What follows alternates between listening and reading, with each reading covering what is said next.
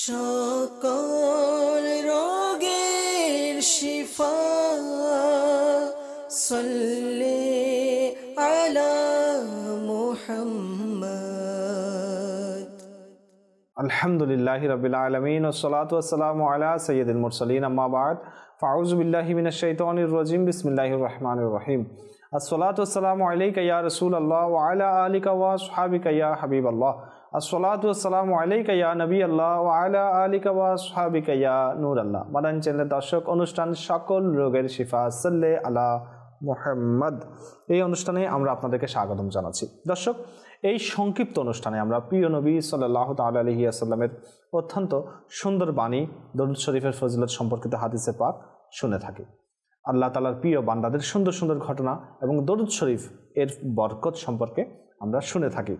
আর এই অনুষ্ঠানের মাধ্যমে একটি গুরুত্বপূর্ণ ওজিফাও আমরা আপনাদেরকে জানিয়ে থাকি, যেন তার উপর আমরা আমল করতে পারি। দর্শক, হযরত আনাস বিন মালিক রাদিয়াল্লাহু তাআলা আনহু থেকে বর্ণিত, আমার নবী সাল্লাল্লাহু আলাইহি ওয়াসাল্লাম ইরশাদ করেন, যে ব্যক্তি আমার প্রতি একবার দরুদ শরীফ পাঠ করে আর যদি তা আল্লাহ তাআলার দরবারে কবুল হয়ে যায়, তবে আল্লাহ তাআলা তার ৮০ বছরের গুনাহ ক্ষমা করে দেন। সুবহানাল্লাহ, আল্লাহু আকবার। দর্শক, একটু চিন্তা করুন, মাদানী চ্যানেলের দর্শক শ্রোতা, কতই না উত্তম আমল।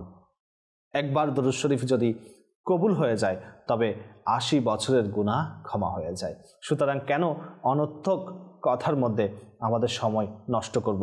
সুতরাং বেশি বেশি দরুদ শরীফ পড়তে থাকুন, নেকি অর্জন করতে থাকুন, গুনাহ ক্ষমা হবে এবং রহমত নাজিল হতে থাকবে। যারা আমাদের এই অনুষ্ঠান দেখছেন, আশা করি আপনারা অবশ্যই অনুধাবন করতে পারছেন সকল রোগের শিফা হচ্ছে সাল্লি আলা মুহাম্মদ। দর্শক, আসুন আমরা আরেকটি হাদিসে পাক শুনি, সাথে সাথে আমাদের ঈমানকে তাজা করি, ঈমানকে বৃদ্ধি করি। হযরত উম্মুল মুমিনিন সাইয়্যিদাতুনা আয়েশা সিদ্দিকা রাদিয়াল্লাহু তাআলা আনহা তিনি বলেন, প্রিয় নবী সাল্লাল্লাহু তাআলা আলাইহি ওয়াসাল্লাম ইরশাদ করেন, যে ব্যক্তি এটা পছন্দ করে যে আল্লাহ তাআলার সাথে সাক্ষাতের সময় আল্লাহ তাআলা তার উপর রাজি হয়ে যাক, আল্লাহ তাআলা তার উপর সন্তুষ্ট থাকুক, তবে সে যেন আমার উপর বেশি পরিমাণে দরুদ শরীফ পাঠ করতে থাকে। সুবহানাল্লাহ। দর্শক, অধিক হারে দরুদ শরীফ পাঠ করার মাধ্যমে আল্লাহ তাআলার সন্তুষ্টি অর্জন হয়। মাশাআল্লাহ। এখন আরেকটি অসাধারণ হাদিসে পাক আমরা শুনব, প্রিয় নবী সাল্লাল্লাহু তাআলা আলাইহি ওয়াসাল্লামের বাণী, যার মাধ্যমে আপনি অনেক কিছু শিখতে পারবেন। হতে পারে আমাদের মধ্যে অনেক দরিদ্র ইসলামী ভাই রয়েছে যারা দান সদকা বেশি করার সামর্থ্য রাখে না। দান সদকা অবশ্যই করা উচিত, যতটুকু আল্লাহ তাআলা আপনাকে তৌফিক দিয়েছে ততটুকু বা কিছু না কিছু আপনার দান করা অবশ্যই উচিত। দানের কারণে অবশ্যই সম্পদ বেড়ে যায়, সম্পদ কম হয় না। তবে আল্লাহ তাআলার রাস্তায় অবশ্যই দান করতে থাকুন, সম্ভব অনুযায়ী সামান্য হলেও কিছু না কিছু দান করতে থাকুন। প্রিয় নবী সাল্লাল্লাহু আলাইহি ওয়াসাল্লাম ইরশাদ করেছেন, যে ব্যক্তি হালাল উপার্জন করে এবং নিজে আহার করে বা পরিধান করে, অথবা আল্লাহ তাআলার সৃষ্টির মধ্যে কাউকে আহার করায় অথবা পরিধান করায়, তবে এটা তার জন্য যাকাত। এবং আর যে ব্যক্তির নিকট দান সদকা করার জন্য কোনো কিছু নেই, তবে সে যেন এইভাবে দোয়া করে, তবে এই দরুদ শরীফ পাঠ করা তার জন্য যাকাত হয়ে যাবে। সুতরাং দান সদকা করার জন্য যার নিকট কোনো কিছু নেই, সে এই দরুদ শরীফ মুখস্থ করে নিন। আশা করি আপনারা টিভির স্ক্রিনে এটা দেখতে পাবেন। আসুন আমরা সেটা শুনি। اللهم صل على عبدك ورسولك وعلى المؤمنين والمؤمنات والمسلمين والمسلمات। মাদানী চ্যানেলের দর্শক শ্রোতা, এই দরুদ শরীফটি যেহেতু স্ক্রিনে আপনারা দেখতে পাচ্ছেন, দেখানো হচ্ছে, আপনি চাইলে মোবাইলে এটি ছবি তুলে রাখতে পারেন, সংরক্ষণ করতে পারেন। বিশেষ করে যারা দরিদ্র ইসলামী ভাই রয়েছেন, তারা এই দরুদে পাকটি মুখস্থ করে নিন, পাঠ করার অভ্যাস করুন, তুলুন। ইনশাআল্লাহ এটা আপনার যাকাত হয়ে যাবে, আপনার সদকা হয়ে যাবে। আল্লাহর রাস্তায় অবশ্যই নিজ পকেট থেকে সদকা করা উচিত। এবং আমরা দরুদ শরীফের ফজিলত শুনলাম। একইভাবে প্রিয় নবী সাল্লাল্লাহু আলাইহি ওয়াসাল্লাম আরও ইরশাদ করেন, প্রত্যেক জিনিসের জন্য গোসল ও পবিত্রতা রয়েছে। আর মুমিনের দর্শক অনেকে এমন চায় যে তাদের অন্তর পবিত্র হয়ে যাক, তাদের অন্তর পরিষ্কার হয়ে যাক, কলব পরিষ্কার হয়ে যাক। তারা অন্তরের কান লাগিয়ে শুনুন। হুজুর পাক সাল্লাল্লাহু আলাইহি ওয়াসাল্লাম ইরশাদ করেন, প্রত্যেক জিনিসের জন্য গোসল ও পবিত্রতা রয়েছে। আর মুমিনের অন্তরের মরিচা পরিষ্কার করার বস্তু হলো আমার প্রতি দরুদ শরীফ পাঠ করা। অর্থাৎ অন্তরের মরিচা যদি দূর করতে হয়, দরুদে পাক পাঠ করতে থাকুন। আমরা সকলেই চাই যে আমাদের অন্তরের মরিচা দূর হয়ে যাক, আল্লাহ তাআলার প্রেমে আমরা যেন বিভোর হয়ে যাই, মদিনা শরীফের প্রেমে ভালোবাসায় যেন আমরা অস্থির হয়ে যাই, রাসূল সাল্লাল্লাহু আলাইহি ওয়াসাল্লামের ভালোবাসা যেন আমাদের অন্তরে নসিব হয়ে যায়, আমাদের অর্জন হয়ে যায়। দর্শক, তাই আমাদের উচিত দরুদ শরীফ পাঠ করতে থাকা। ইনশাআল্লাহ আস্তে আস্তে হুজুর পাক সাল্লাল্লাহু আলাইহি ওয়াসাল্লামের প্রতি ভালোবাসা আপনি পেয়ে যাবেন, ভালোবাসা আপনার নসিব হয়ে যাবে। আরেকটি হাদিসে পাক হযরত আনাস বিন মালিক রাদিয়াল্লাহু তাআলা আনহু থেকে বর্ণিত, আমার নবী সাল্লাল্লাহু আলাইহি ওয়াসাল্লাম ইরশাদ করেন, যে ব্যক্তি আমার উপর দৈনিক 1000 বার দরুদ শরীফ পাঠ করে, সে ততক্ষণ পর্যন্ত মৃত্যুবরণ করবে না, ইন্তেকাল করবে না, যতক্ষণ পর্যন্ত সে নিজ স্থান জান্নাতে, তার স্থান জান্নাতে সে কোথায় থাকবে সেটা দেখে না নেবে। আল্লাহু আকবার, আল্লাহু আকবার। দৈনিক 1000 বার দরুদ শরীফ পাঠ করে নিন, জান্নাতে নিজের স্থান কোথায় হবে সেটা দেখে নেবেন ইনশাআল্লাহ। কিছু সময়ের প্রয়োজন, মাত্র 40 মিনিট, 45 মিনিট, 50 মিনিট প্রয়োজন যে 1000 বার দরুদ শরীফ পাঠ করার। অর্থাৎ 1000 বার দরুদ শরীফ পাঠ করতে আপনার হয়তো 40 থেকে 50 মিনিট সময় লাগবে। আর এই আমলটি যদি আপনি ধারাবাহিকভাবে করতে থাকেন, ইনশাআল্লাহ মৃত্যুর আগে হাদিসে পাকের সারমর্ম অনুযায়ী আপনি জান্নাতে কোথায় থাকবেন সেটা আপনি দেখে নেবেন। দর্শক, বিশেষ করে ইসলামী বোনেরা অনেক সময়, ওনারা তো সবসময় ঘরে বসে থাকেন, ঘরে থাকেন, অর্থাৎ কাজকর্ম করে থাকেন, তো কাজ হয় হাতে, মুখে হয় না।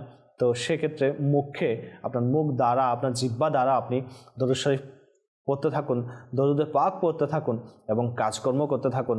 ইনশাআল্লাহ দেখবেন আপনার 1000 বারের চাইতে, 1000 বারের চাইতে বেশি পরিমাণে আপনার দরুদ শরীফ হয়ে যাবে এবং এই দরুদ শরীফ পাঠ করার দ্বারা আপনার ঘরে বরকত নসিব হবে, আপনার রান্না বান্নার মধ্যে বরকত নসিব হবে। আর এই নিয়ামতটা আপনি পেয়ে যাবেন যেটি হাদিসে পাকে আমরা শুনেছি। আল্লাহ আপনাকে, আপনাদেরকে এবং আমাকে অধিক হারে দরুদ শরীফ পাঠ করার তৌফিক দান করুক। দর্শক, এখন একটি খুবই চমৎকার ঘটনা আমরা শুনব। সৈয়দি আবু মাওয়াহিব রহমতুল্লাহ তাআলা আলাইহি ওনার কিতাবের মধ্যে লিখেন, যেটা মুশহিদাতে নববী কিতাবের মধ্যে অন্তর্ভুক্ত। তিনি বলেন, একবার আমি মসজিদের মধ্যে ফজরের নামাজ পড়ে আমি ঘুমিয়ে পড়লাম। আমি স্বপ্নে নবী পাক সাল্লাল্লাহু আলাইহি ওয়াসাল্লামকে নিজের মাথার পাশে তশরিফ রাখতে দেখলাম, অর্থাৎ তিনি আমার নিকটে আসলেন, আমার মাথার পাশে দেখলাম। আমি আরজ করলাম, আসসালাতু ওয়াসসালামু আলাইকা ইয়া রাসূলুল্লাহ, আসসালামু আলাইকা আইয়ুহান নবিয়্যু ওয়া রাহমাতুল্লাহি ওয়া বারাকাতুহু।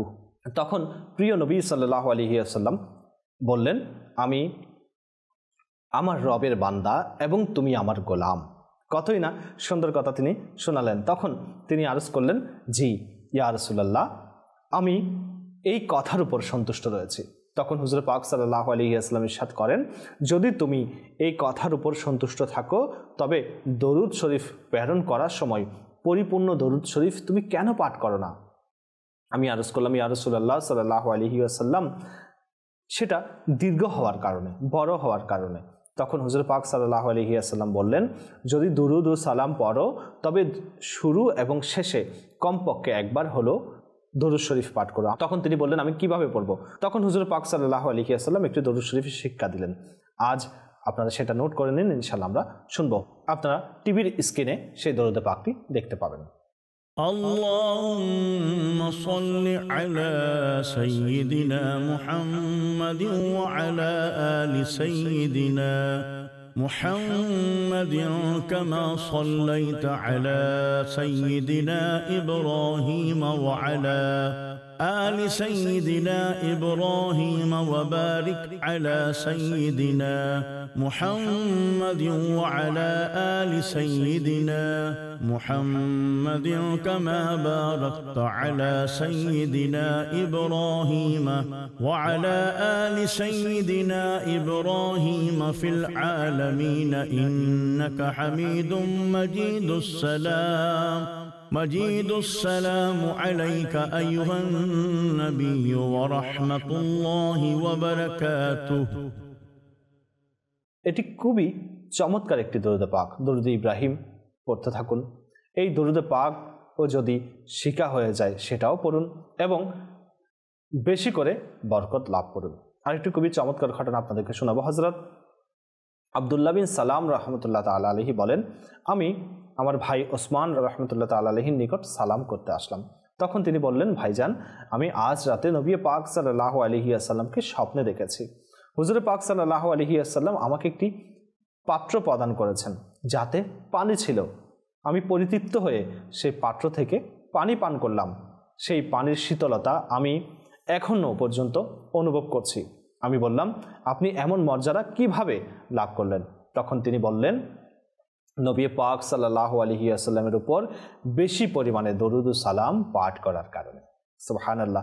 আমার প্রিয় ইসলামী ভাইয়েরা, যখন থেকে আমরা এই অনুষ্ঠানটি শুরু করেছি তখন থেকে আমরা প্রতিটি অনুষ্ঠানে হয়তো শুনতে পাচ্ছি যে হুজুর পাক সাল্লাল্লাহু আলাইহি ওয়াসাল্লামের দয়া তার উম্মতের উপর কিভাবে হয়। যদি আমাদের মুখেও দরুদ শরীফ জারি হয়ে যেত এবং আমরাও যেন হুজুর পাক সাল্লাল্লাহু আলাইহি ওয়াসাল্লামের দিদার দ্বারা আমাদের অন্তরকে শীতল করতে পারতাম এবং এর বরকতে যদি আমরা দরুদ শরীফও বেশি পরিমাণে পড়তে থাকতাম, আল্লাহ তাআলা আমাদেরকে হুজুর পাক সাল্লাল্লাহু আলাইহি ওয়াসাল্লামের উপর বেশি পরিমাণে দরুদ শরীফ পাঠ করার তৌফিক দান করুক এবং হুজুর পাক সাল্লাল্লাহু আলাইহি ওয়াসাল্লামের দয়ার দৃষ্টি আমাদেরকে নসিব করুক। ভালো থাকুন, সুস্থ থাকুন। আজকে এ পর্যন্ত। সাল্লু আলাল হাবিব সাল্লাল্লাহু তাআলা আলা মুহাম্মদ সাল্লাল্লাহু আলাইহি ওয়াসাল্লাম। সকল রোগের শিফা সাল্লি আলা মুহাম্মদ।